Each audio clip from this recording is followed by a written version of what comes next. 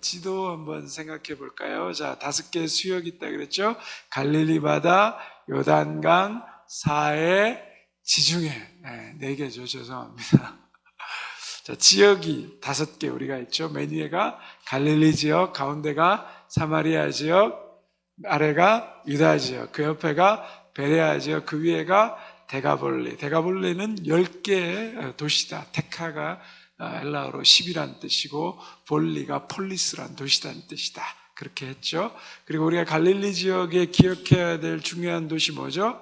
갈릴리 호수 중앙에 가버나움, 그 다음에 쭉 내려와서 예수님이 자라신 곳 나사렛, 그 위쪽으로 가나다라고 했습니다. 그리고 사마리아 지역에 수가가 있고 우리 유대 지역에 예루살렘과 베들레헴, 이것을 우리가 기억했습니다.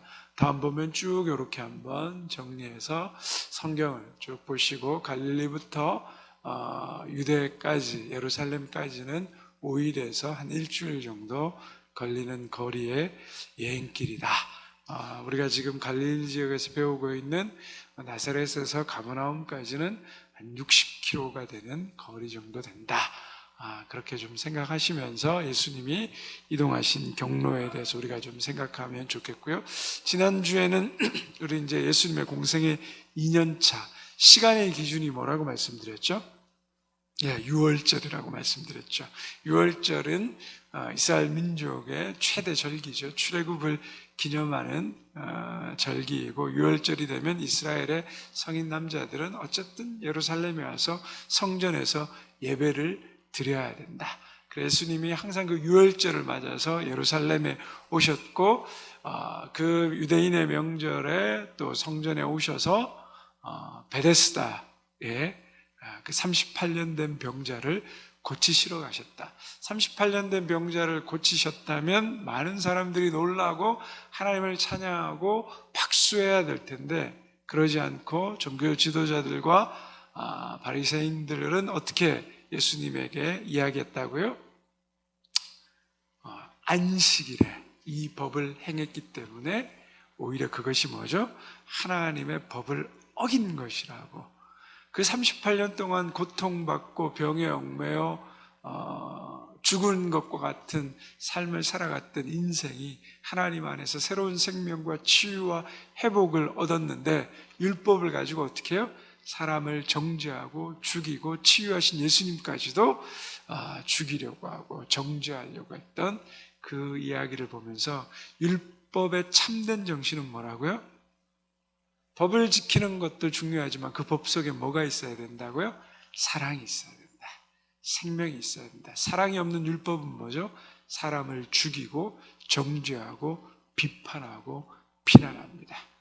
그래서 내가 정말 은혜를 받으면 뭐죠? 내 입술에서 비판하고 정죄하는 것이 아니라 그를 불쌍히 여기고 그 하나님의 마음으로 뭐죠? 사랑하고 품으려고 하는 것이 우리의 삶의 모습이 되어야 된다. 예수님이 바로 그것을 우리에게 가르쳐 주셨다는 것을 우리가 배웠습니다. 그리고 안식일에 관한 또 이야기들이 나오고, 예수님이 12제자를 세우셨죠. 오늘 교재에도 나오지만 밤샘 기도 후에 12자를 세웠는데, 우리가 예수님이 공생에 시작하는 초기에 1년차에 예수님의 제자들을 다 12명을 세웠다라고 생각하고 있는데, 그게 아니라 1년차 때는 5명의 제자를 부르시고, 그리고 예수님이 계속해서 그 제자들을 살펴보시다가 2년차 때 예루살렘에 가셨다가 베스다에서 그 38년 된 병자만 고치고 다시 돌아오셔서 파트 사역을 하고 있던 제자들을 불러 모으시고 전임 사역을 해서 12명의 제자를 세우셨다. 그래서 우리가 거기 보면 제자들이 어떻죠? 베드로, 다른 이름으로 시몬, 게바라고도 하고, 그 다음에 안드레, 야고보, 세베대의 아들이죠. 요한, 빌립, 바도놀로메, 나다니엘이라고 부르고, 마태는 레위라고 또 부르고, 도마는 디두모라고도 말하고, 야고보 또 나오는데 이 사람은 알페오의 아들, 다데오, 이 사람도 알페오의 아들이고, 시몬, 가나안 사람이고, 유다, 가룟 출신이다. 그래서 우리가 12제자를 예수님이 이제 세우고 제자들을 파송하고 병 고치는 기적과 은혜를 주시는 사역들을 시작하신다. 그러면서 예수님이 가장 먼저 하신 일이 뭐냐 그러면 바로 산상수훈입니다.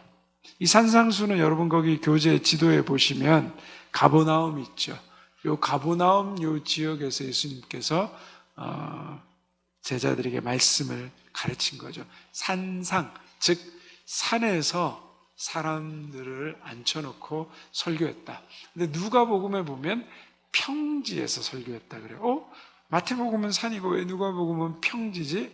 그 있는 위치에 따라서 달라지는 거예요. 갈릴리 호숫가에서 이 예수님이 말씀을 전하셨던, 이제 조금 이따 저희들이 잠깐 볼 텐데 위쪽으로 바라보면 거기가 산이거든요. 근데 위에서 보면 뭐죠?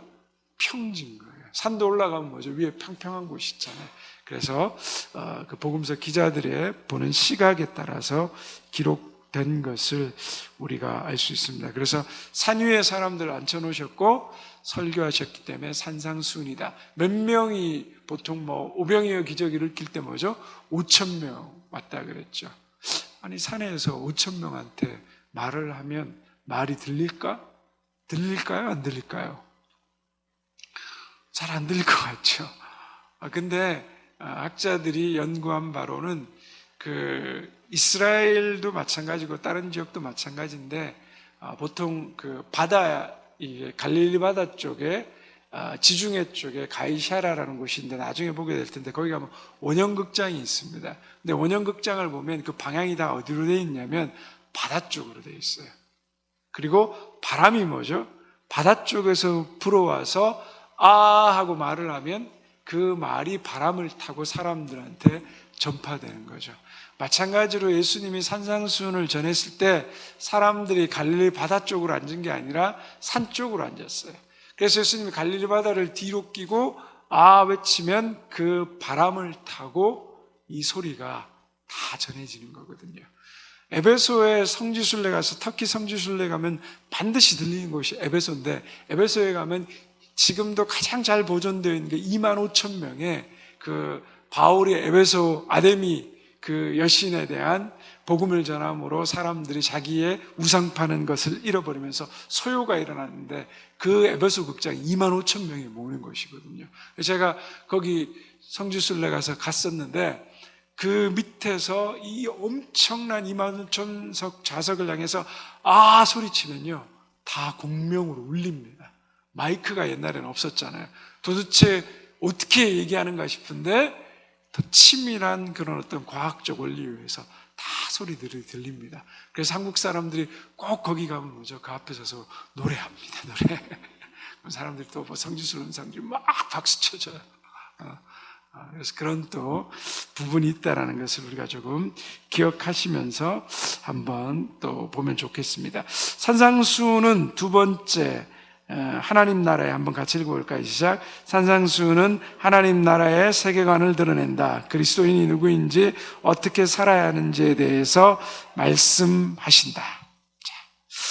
산상수훈은 천국 대헌장이라고 말합니다. 왜냐 그러면 하나님 나라의 백성으로서의 삶에 대해서 이야기하고 있기 때문입니다.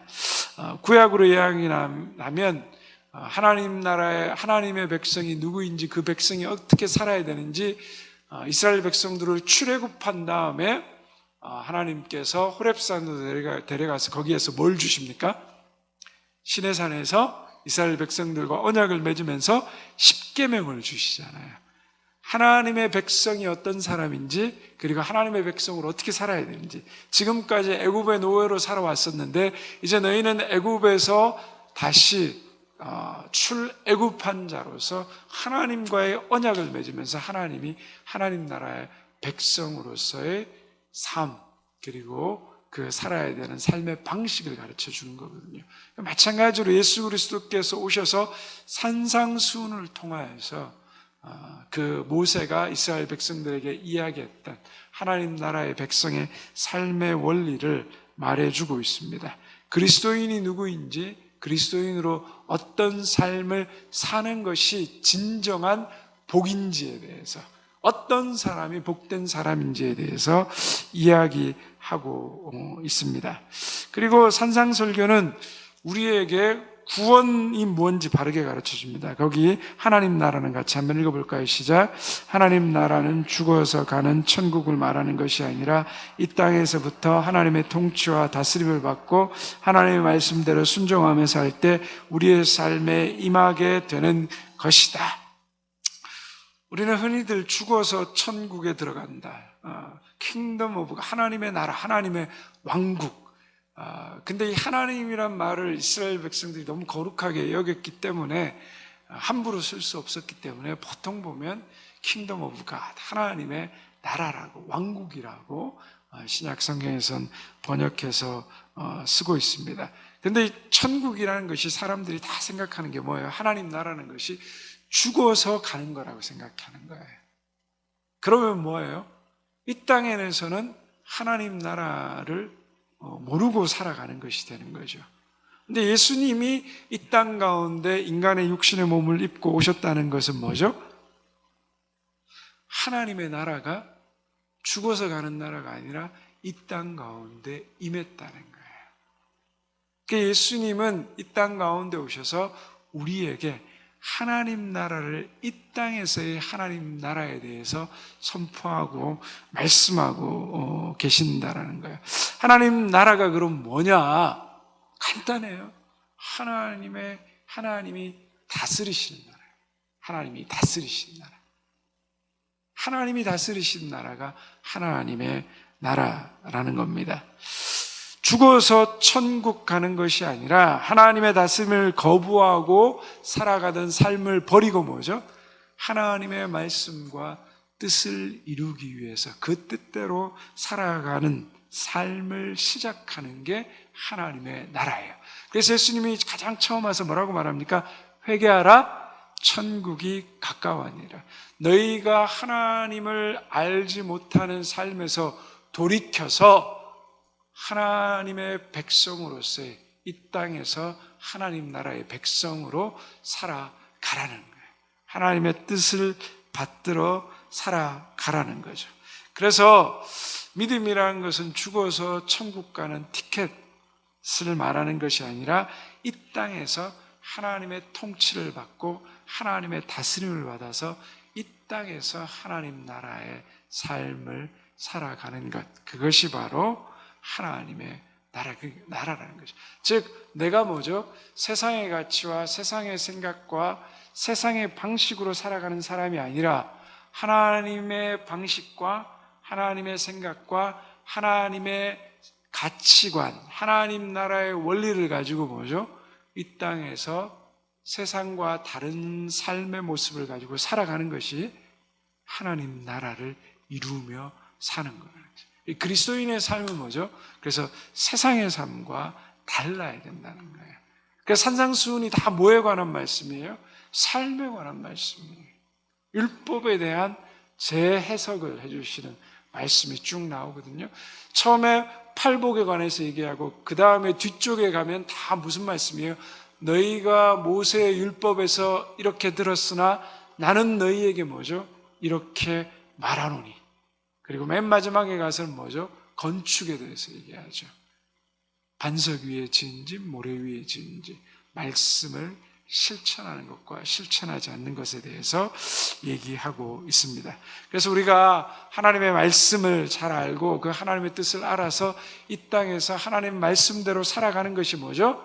하나님의 백성으로 사는 거고 하나님 나라가 내 삶 가운데 임하는 것이라는 것을 우리가 그렇게 이해하고 알아야 되는 거죠. 그래서 하나님 나라의 백성은 이 땅에서부터 뭐죠? 하나님 나라의 백성다움을 살아야 죽어서 천국에 가서도 뭐죠? 하나님 나라의 백성의 삶을 살게 되는 거죠.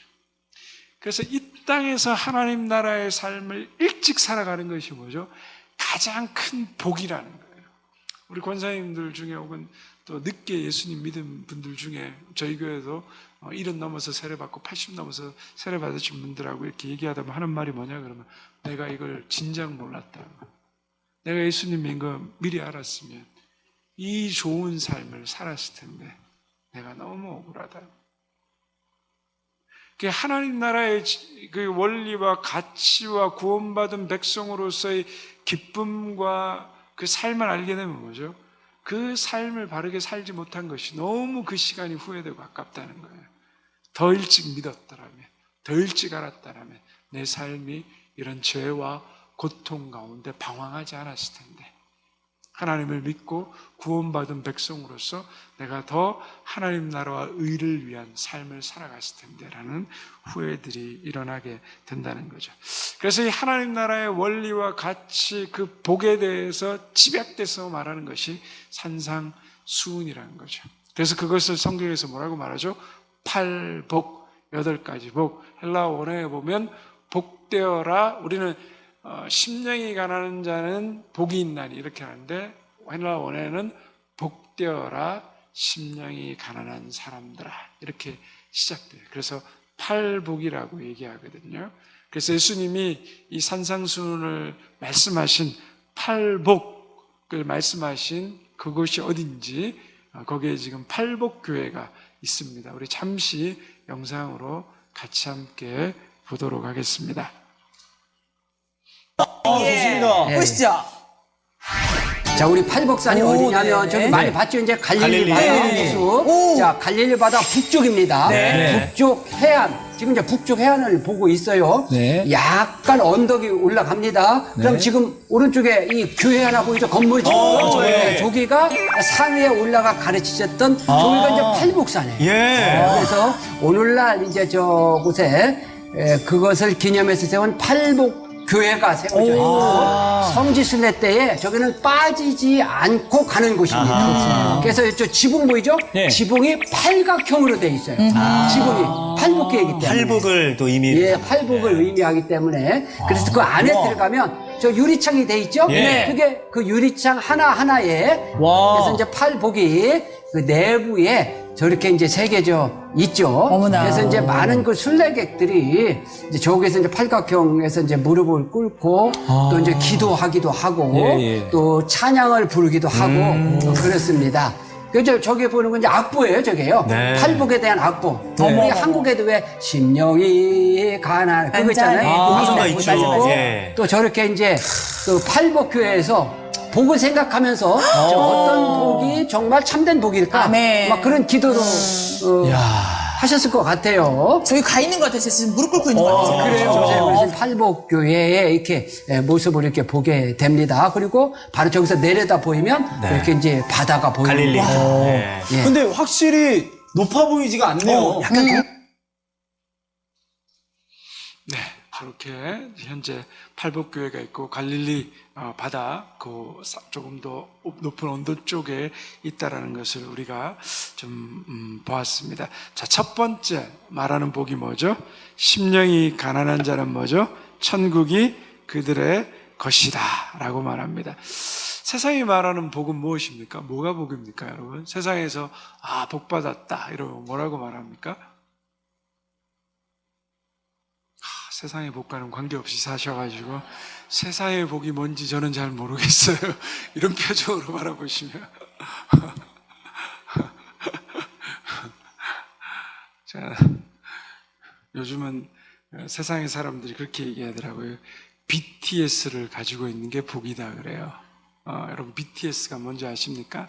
가수 BTS가 아니고 요즘 B가 비트코인, T가 테슬라, S가 서울부동산. 이해가 되시나요? 뭐죠? 돈이죠. 돈이 많은 거. 너무 물질주의 중심적이니까 돈이면 모든 게 해결된다고 생각하니까 이게 복이라는 거예요. 돈이 많으면 세상 복이라고 그러죠. 그래서 사람들이 뭐죠? 더 좋은 집에 사는 거. 차도 그렇게 막 외제차, 좋은 차 타고 다니는 거. 그리고 또 여유가 되면 뭐죠? 이렇게 해외여행도 자주 다니고 그러는 거.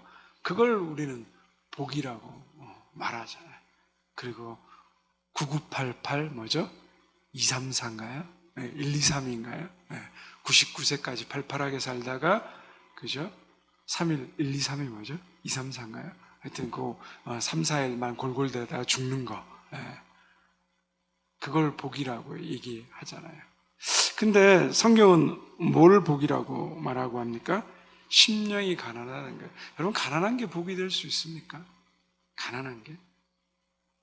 예수 믿는 사람은 부자가 되면 안 될까요? 그런 건 아닐 것 같아요. 그죠? 예수 믿는 사람도 하나님께서 복을 주시면 또 사람의 또 은사에 따라서, 달란트에 따라서 또 돈을 많이 버는 사람도 있고, 때로는 또 뭐 내 은사에 따라서 좀 부족해서 좀 부족함 가운데 살아가는 사람도 있고, 그건 다양한 거죠. 그건 뭐 어떻게 말할 수 없는데, 중요한 건 심령이 가난하다라고 말하죠. 어떤 사람들은 이 상태를 가난이라는 단어에서 주목해가지고 소유하지 않고 청빈을 택하는 삶을 표현하기도 하고, 어떤 사람은 그 마음의 심령이라는 것에 주목해가지고 마음의 교만과 욕심을 비운 그런 겸손한 상태를 말한다라고도 해석합니다. 그런데 어떤 심령의 상태가 여러분 정말 심령이 가난한 상태일까요?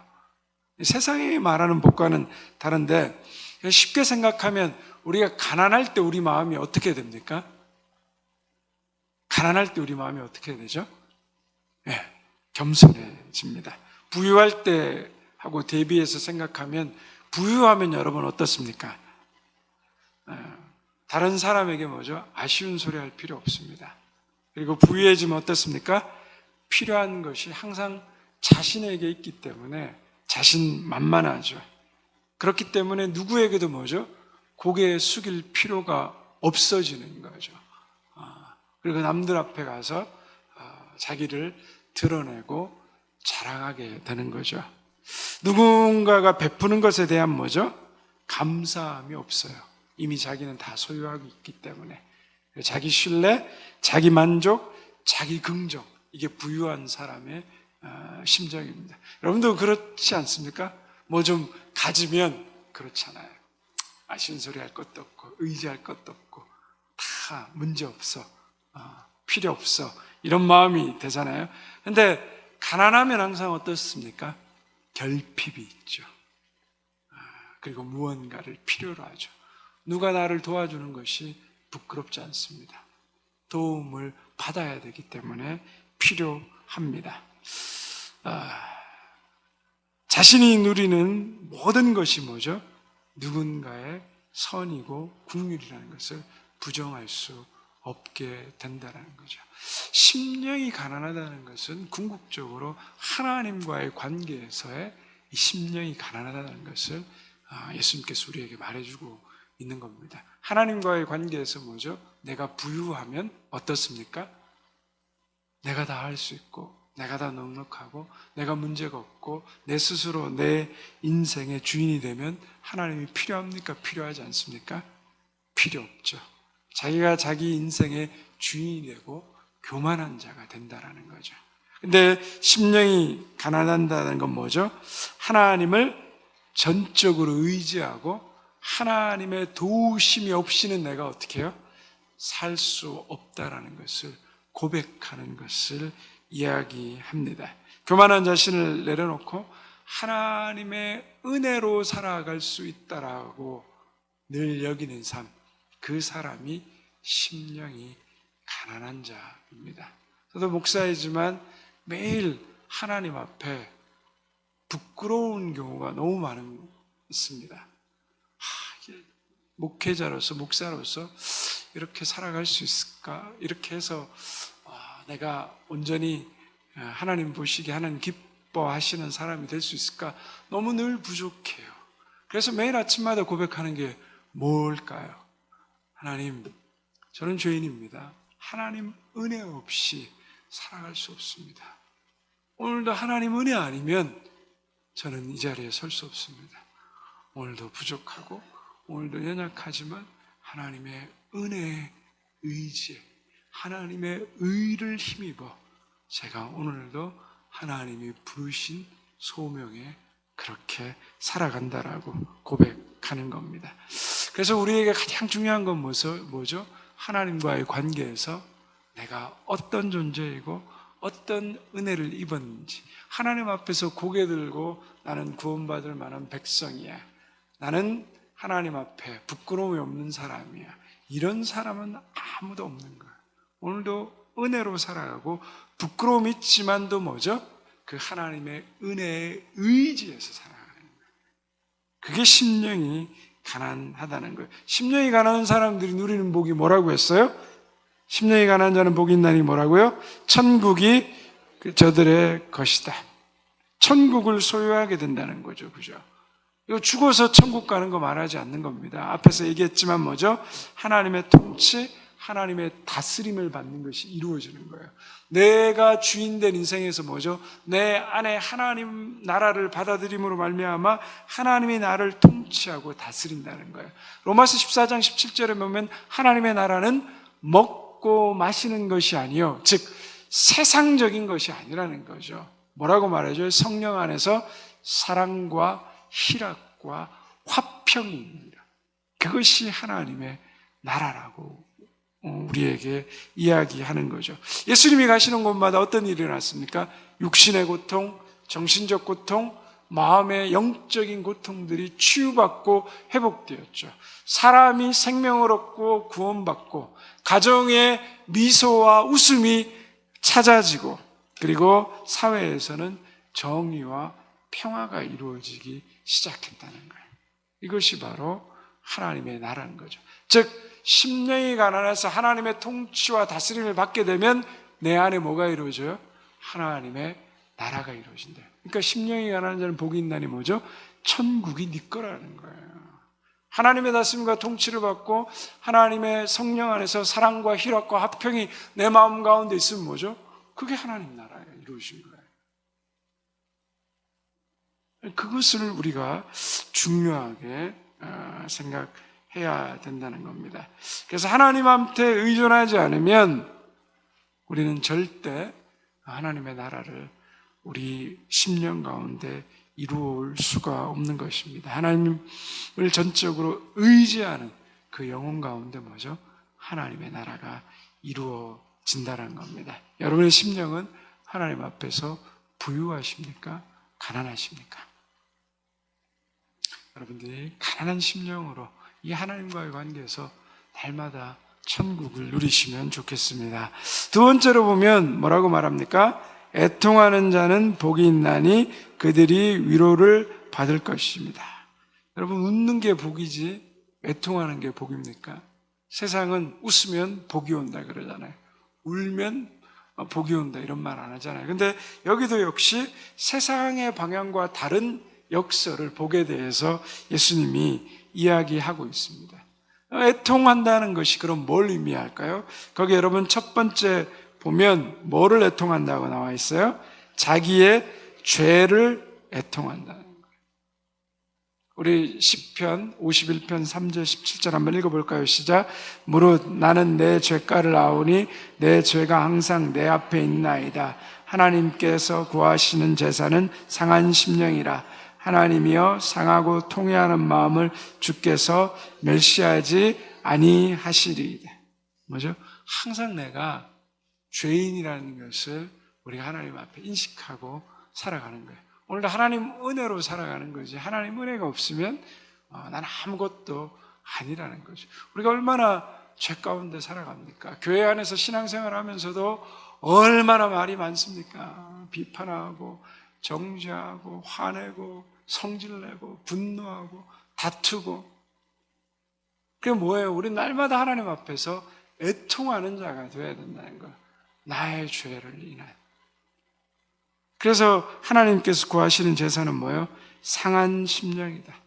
날마다 하나님, 나는 이 죄로 인해서 나 스스로 온전히 설 수 없고 살아갈 수 없는 존재인데 하나님 나를 불쌍히 여겨주시옵소서. 하나님 은혜 가운데 나를 세워주시옵소서. 그래서 우리가 하나님 앞에 내 죄를 날마다 애통하는 것에 대해서 하나님 어떻게 하신다고요? 멸시하지 않는다. 그 상한 마음을 받으신다. 내 꼬라지는 이게 뭐고 나는 왜 이렇게 이것밖에 안 될까요? 하나님이 그걸 받으신다는 거예요. 내가 이것밖에 안 되고 내가 부족하다는 걸 아는 게 뭐죠? 복이라는 거예요. 그래야 하나님을 의지하고 찾으니까. 하나님 아시잖아요. 괜찮습니다. 계십시오. 제가 알아서 하겠습니다. 그 정도는 할 수 있습니다. 이게 아니라는 거죠. 늘 죄인됨을 확인하고 애통하는 마음을 하나님께서 기뻐하신다는 거예요. 두 번째로 애통하는 자가 뭐예요? 인생의 환난으로 애통하는 자. 사랑하는 사람을 잃고 질병과 고통으로 실패로 삶과 가정이 무너진 자들, 이런 애통하는 자들을 하나님이 어떻게 하십니까? 위로하신다는 거예요. 하나님은 우리를 이 아픔과 환난으로 인해서 당하는 고난 가운데 있는 자들을 어떻게 한다고요? 위로하신다. 위로하신다. 그 요한복음 11장 33절과 35절에 보면 같이 한번 읽어볼까요? 예수께서 그 마리아가 우는 것과 함께 또 함께 온 유대인들의 우는 것을 보시고 심령의 비통히 여기시고 불쌍히 여기사 예수께서 눈물을 흘리시되 나사로가 죽은 거에 대해서 그 가족들이 슬퍼하는 것을 보고 예수님이 어떻게 하셨다고요? 불쌍히 여기고 비통히 여기시고 어떻게 하셨다고요? 눈물을 흘리셨다. 하나님은 우리의 슬픔을 외면하시는 분이 아니라는 거예요. 우리의 아픔과 우리의 고통과 우리의 그 눈물을 하나님께서 어떻게 하세요? 기억하시고 공감하시고 그 아픔에 뭐죠? 참여하고 계시다는 거예요. 그래서 하나님은 이 환난 받는 자들의 애통함을 뭐죠? 들으시고 공감하시고 위로하시는 분이라는 것을 성경이 이야기합니다. 그 고린도후서 1장 3절과 4절의 말씀 한번 읽어볼까요? 시작. 찬송하리도다. 그는 모든 위로의 하나님이시며 우리의 모든 환난 중에서 우리를 위로하사 우리로 하여금 하나님께 받는 위로로서 모든 환난 중에 있는 자들을 능히 위로하게 하시는. 하나님은 어떤 하나님이요? 위로의 하나님. 환난 중에 뭐죠? 우리를 위로하신다는 거예요. 내 마음의 탄식과 아픔과 눈물을 위로하시는 분. 그 하나님께 받는 위로를 어떻게 하라고요? 고통과 슬픔 가운데 환난을 받는 이들을 뭐죠? 위로하는 자가 되라라고 성경이 이야기하고 있다는 거예요. 세 번째로 이 애통하는 자, 성경이 말하는 애통하는 자 누구라고요?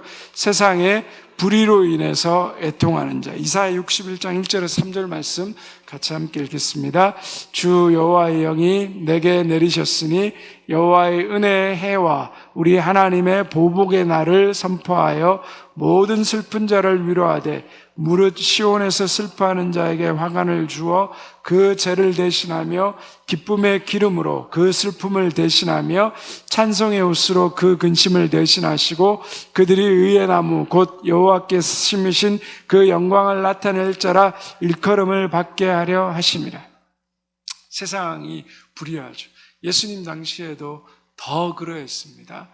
로마가 전 세계를 지배하고 많은 그 여행과 무역의 자유가 이루어져서 사람들이 굉장히 번성과 부유를 누리던 시대였습니다. 그러나 이스라엘 백성들은 뭐죠?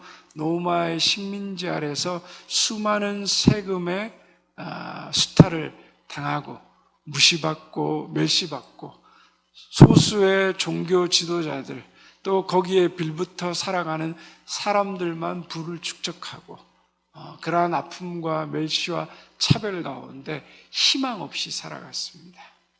그 오병이의 기적도 보면 예수님이 5,000명을 먹이시니까 사람들이 어떻게 해요? 우리에게 먹을 것을 준 사람을 뭐죠? 왕으로 세우려고 하잖아요. 병자를 고치고 사람을 세운 것 때문에 왕으로 세우려고 하는 것이 아니라 먹는 것 주는 사람한테. 먹는 게 넉넉하면 그럴 필요 있을까요? 없어요. 늘 굶주렸거든요. 늘 어려웠거든요. 근데 먹을 것을 주는 사람을 왕으로 세울 정도로 그 시대가 그만큼 사회적으로 종교적으로 어려움 가운데 사람들이 살아갔다는 거예요. 그런 자들에게 그렇게 억울함이 많고 묶여있고 포로되고 가난한 자들에게 그 슬픈 자들에게 하나님께서 오셔서 어떻게 하신다고요? 슬픈 자를 위로하시고 그 화관을 주시고 기쁨으로 슬픔을 대신하고 찬송의 옷으로 그 근심을 대신하게 해주신다. 그 세상의 불의함 때문에 고통받는 자들에게 하나님은 새로운 복음과 은혜, 자유를 주셨다라는 거죠. 우는 백성들에게 뭐죠? 그들에게 하나님의 구원이 임하기 때문에 너희가 위로를 받을 것이다. 그래서 애통하는 자를 하나님이 위로하신다. 죄에 대해서 애통하는 자, 환난을 받는 중에 애통하는 자, 세상의 불의 때문에 애통하는 자, 그 소리를 하나님께서 뭐죠? 다 듣고 계시고 우리를 위로하시는 분이다. 애통하는 자는 복이 있나니 너희가 뭐죠? 위로를 받을 것이다. 그래서 세상은 애통하는 것을 좋아하지 않고 기뻐하지 않지만 하나님 앞에 나와서 애통하는 자의 부르짖음을 뭐죠? 하나님은 들으시고 위로하시는 분이다. 그래서 하나님 앞에서 애통하는 자에는 그 사람은 뭐죠? 복되도다라고 성경이 이야기하고 있는 것입니다. 세상은 누가 복 있다고 합니까? 부유한 자, 웃는 자, 강한 자, 목마르지 않는 자, 권세 있는 자, 머리 뛰어난 자, 점령하고 고생 안 하는 사람이 복이 있다고 말하지만 하나님은 뭐라고 말합니까? 하나님은 이 땅 가운데서 하나님을 찾고 의지하고 애통하고 목마르며 굶주린 자들이 복이 있다는 거예요. 부유하고 가지고 교만한 자들은 하나님을 찾지 않지만 가난하고 애통하고 힘들고 곤고하고 지쳐 있는 자들은 하나님을 찾고 겸손히 하나님 앞에 나오기 때문입니다. 여러분이 고통 가운데 계시고 여러분이 곤고한 가운데 계시고 여러분이 가난한 가운데 계시고 여러분이 애통 가운데 계시고 괴로움 가운데 계셔서 주님 앞에 나와서 오늘도 부르짖는다면 여러분은 하나님의 복을 누리는 사람입니다. 그 복을 받으시는 사람들입니다. 오늘 나의 애통과 고민과 눈물이 세상에서 볼 때는 복이 아닐 수 있고 저주일 수 있고 세상이 말할 때는 그것이 아무 쓸모짝이 없는 일일 수 있지만 하나님 눈에서는 하나님 앞에 나와서 엎드린 자들, 그 심령이 가난한 자들, 애통하는 자들에게 하나님이 주시는 복이 있는 것입니다. 오늘도 그 하나님을 우리가 의지하고 신뢰하고 그 하나님이 주시는 세상의 복이 아닌 하나님 주신 복을 누릴 수 있는 우리 모든 대명의 성도님들 되시기를 주님의 이름으로 축원합니다. 우리 시간 같이 말씀을 생각하며